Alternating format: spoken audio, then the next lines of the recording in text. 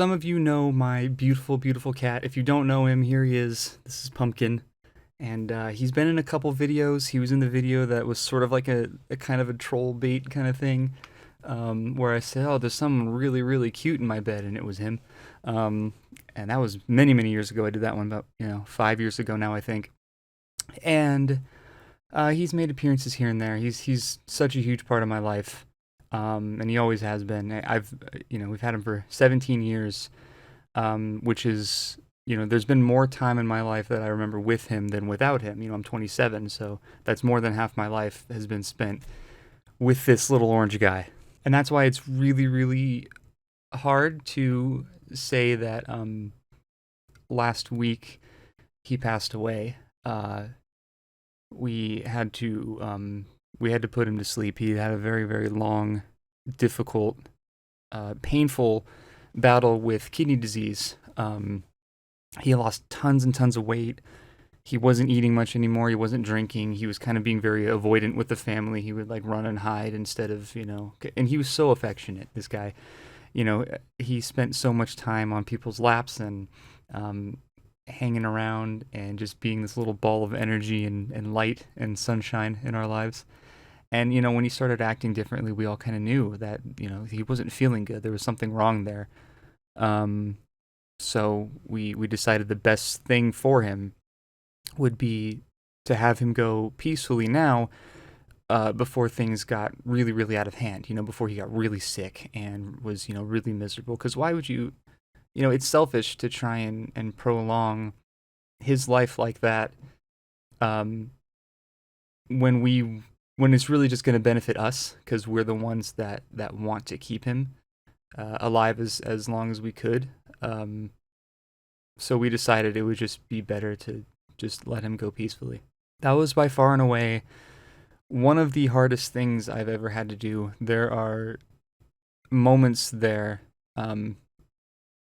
in his last few minutes that I will probably never unsee. And I think that's just part of it. I think that there's a lot of trauma that comes with losing somebody that you really, really care about. But it's just part of it. Over time, it'll get easier. There's already moments now where I look back on the time that I spent with him, from the time I was 10 years old. We got him as a little baby kitten, and I remember those moments when he was just this little kitten, and 10-year-old me was walking around exploring the world with him, and he was a menace. He would just go around and he'd just mess with all of my stuff in my room all the time. He's like, "What's this? What's that?" You'd get behind wires and cables, and I'm like, "No, get out," But yeah, he was great. He was a great cat. He really was.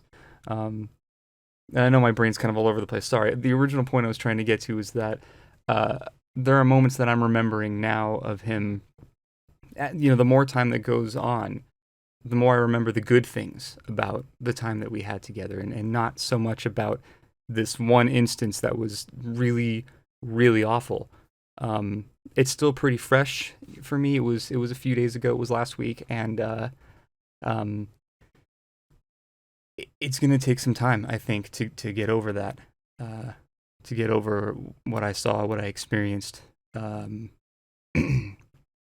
I'm trying, and I'm doing better, I think.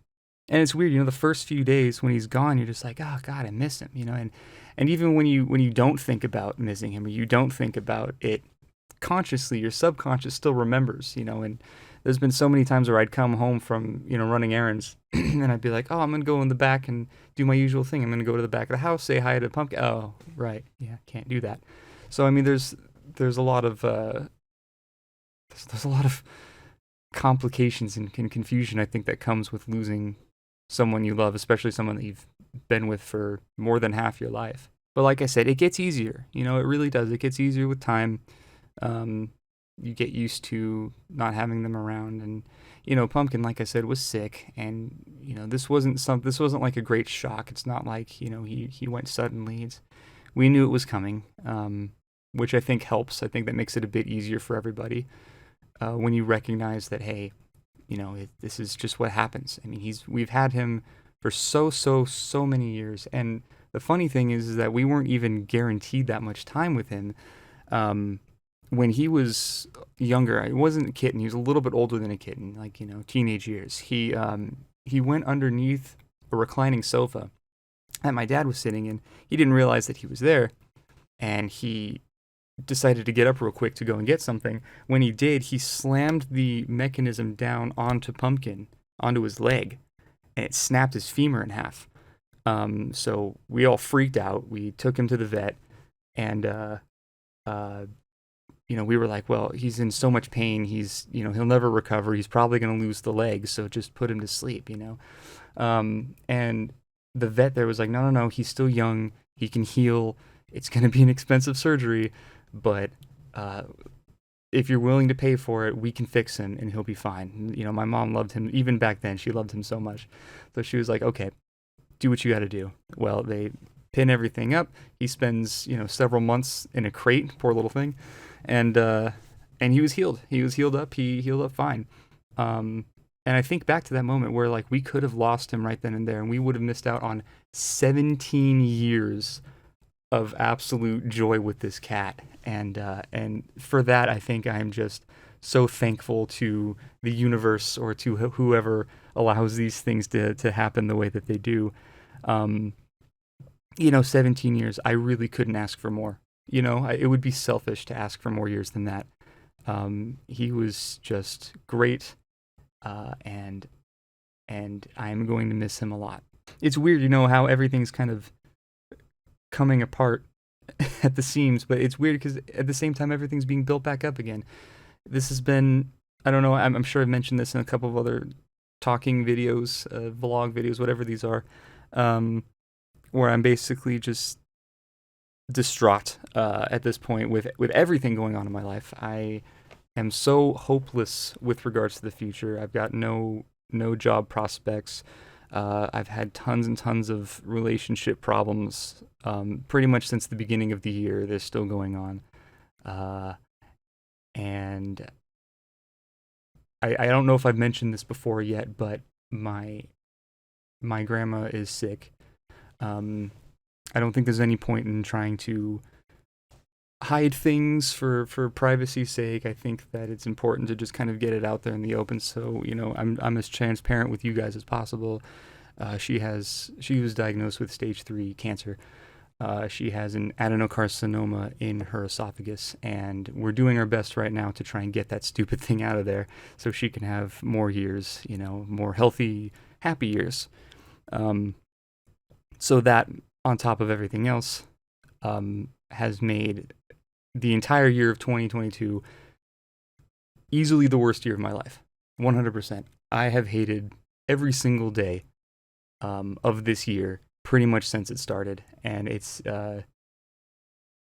sucky that I have to say that. I don't want to say that. I don't want to I don't know. I don't want to be a drama queen. If that feels dramatic, but it's true.